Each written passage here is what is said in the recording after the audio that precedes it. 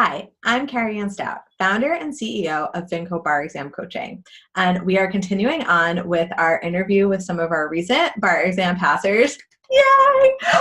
And we are here this morning with Francheska, who's going to talk to us a little bit about her bar prep experience and specifically her experience working with Vinco. So good morning, Francheska. How are you doing today? Good morning. How are you? I'm doing well. Good. We're all celebrating, right? And we're in a pretty good mood, hopefully. So we're just going to dive right in with some of these questions, and we're just trying to give people some bar prep advice from someone who's passed the bar, and to let them know a little bit more about Vinco.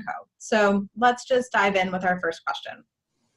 When you were considering getting extra help or coaching or tutoring or something with bar prep, what were you looking for? What was something that was really important to you?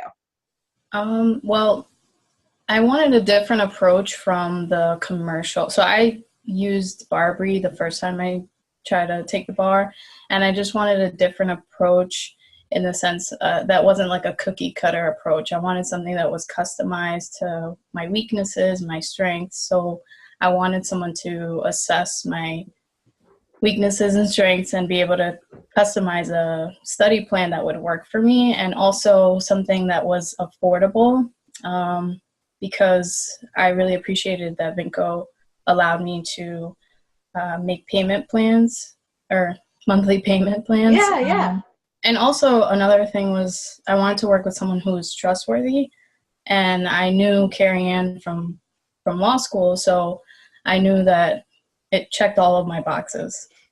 Now I have a vouch for trustworthiness. She's also a character witness, Serena. But I actually really appreciate that you mentioned about the payment plans. We've heard a lot about like people wanting. I feel like that's almost like a duh answer about like I wanted a custom approach. Like everyone says that. Right. So I really appreciate that you actually brought up something we haven't heard yet, and kind of about that you were looking for something that also fit into your budget. And while there's a whole scope of, you could pay $20 an hour. I'm sure there's somebody out there who charges that, and you could pay $10,000 for bar prep. We fall somewhere on that spectrum. But one thing we do is try to make those payment plans available, and I'm glad that that's something that made you able to work with us, that we had that. So thank you for sharing that. I really appreciate it. Another question I have for you is, how would you sort of characterize the difference between coaching and tutoring, and sort of, or even if not on that level, just kind of discussing what the coaching relationship was like? Because I think it's just different. Like, I don't really know of a lot of people who call themselves like law school coaches or bar coaches. It's more tutoring. And I think that's probably the biggest question I get asked is like, what's the difference? So I think it's great for people to hear from our students on that. Right. Well, I think that tutors will just teach the law and that's kind of it, or they'll just say, okay, do 50 questions and kind of that's their job. And maybe mildly monitor your progress. But I think the coaching in Vinco, it goes beyond that, because it teaches you not only the law or substance, but they advise you with study methods, specific, and they'll analyze your weaknesses, and they'll prioritize them, opposed to just saying, do 100 MBEs and that's it. I really enjoyed that they evaluated your progress. They made you do specific essays, even if you didn't like the topic. Yes. do more essays if you don't like that specific topic. Right. They really do challenge you. And honestly, when you think of a tutor relationship, you almost think of like a teacher-student, but a coach is almost like a partner, like someone who's got your back, like with the substance-wise, but also if your state of mind, if you're just stressed out and you need someone to talk to, it's like a friend, but like a friend with authority. I don't know. Yeah. These are all things that I've been hearing in these calls, and partner is a new word though, and I really love that.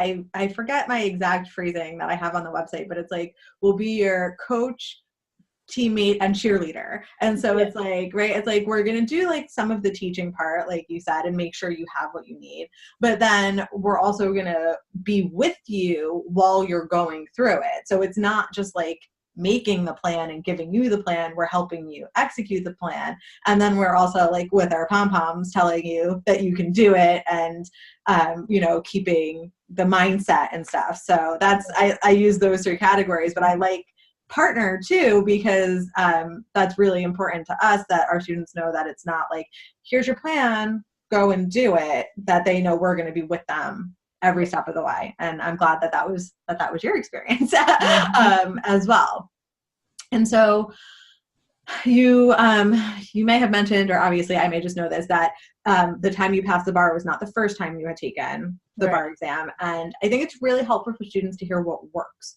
So I would love to know just one or two things that you feel really made the difference for you on the time that you passed, in terms of like different strategies that you implemented, or even like mindset changes, like whatever it is, like what are those like one or two key things that you think helped get you across the finish line? Okay, so I know that everybody probably hears this whenever they are asked, or looking for this golden answer, and it really is practice. But I just want to add that it's not only just, okay, do 1,000 MBEs, it's effective practice. So not only do you do those 1,000 MBEs, but you truly analyze all of the answers, why you're getting them wrong, and dissecting them. So and for me personally, I used to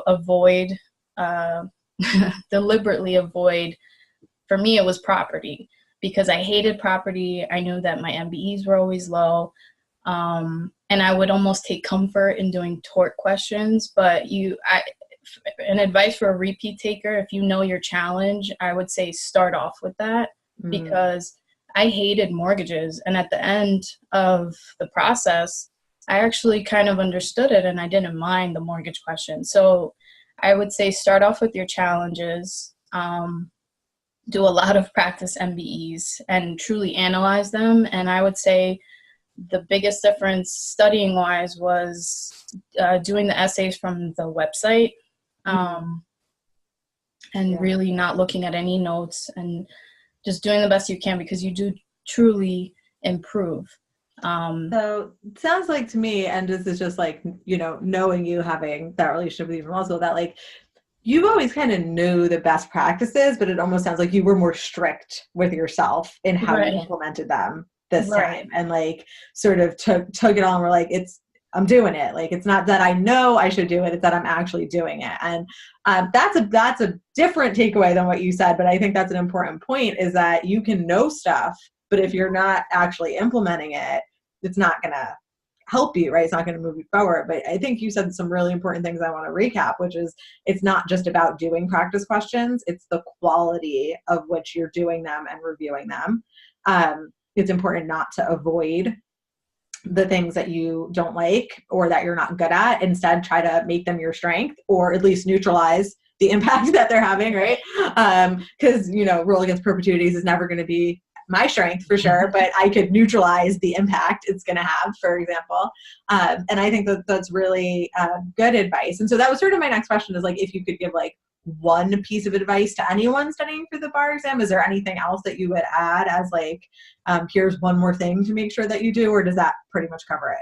I do think like substance wise, and I would add the critical flashcards. You liked using the critical pass flashcards as a substance part? For memorizing the elements, those like really helped. But as far as what really I do believe was the difference between passing and not passing, was that the other times that I've taken the exam, I never really believed that I could, So I looked at it, and I know this is going to sound funny, but I don't know if you've ever seen Creed. It's a boxing movie, but you have like, before you go into the match, you have the hood on, you have the music on, you have all this adrenaline, and you tell yourself, okay, I'm going to fight and I'm going to win.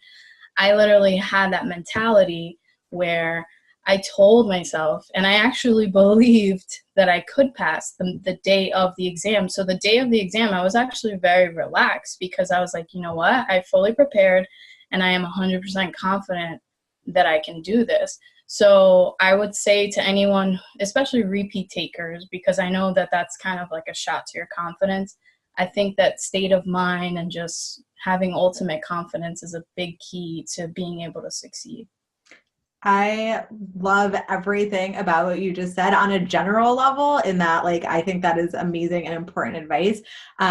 But for those of you watching us, I've known Francheska a long time as a student and a friend. I was not her coach for this administration. And so this is very meaningful to me to hear that that was your mindset going into this, because I know that's something you were working on. And to hear you say that, like, that made a huge difference and that that's advice you would give other people, I think is awesome. And I'm still, like, over the moon thrilled for you.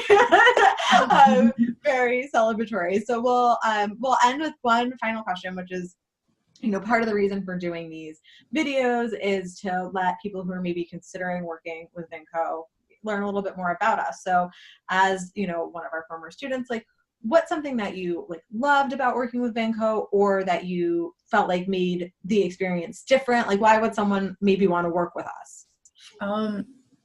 My favorite part was the feedback on the essays, especially because that was a struggle for me, but also just in general, having someone gradually grade your essays and see the progress and kind of guide you to, how you're doing. I think that was amazing. I think that was a game changer to have an actual essay grader every week.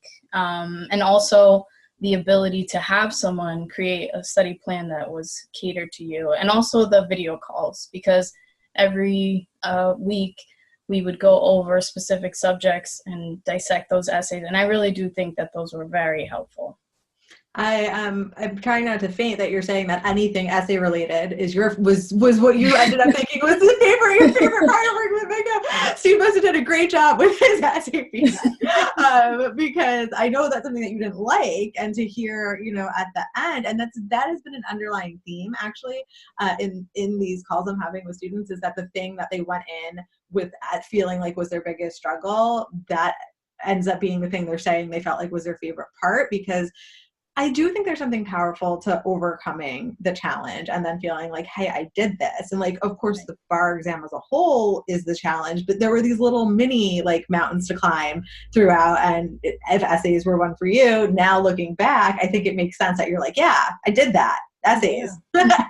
Well, thank you so much for taking the time to chat with us this morning, and congratulations again. Thank you so much. For those of you out there who are interested in learning more about Vinco, you can find us at vincoprep.com, and I will see you next time.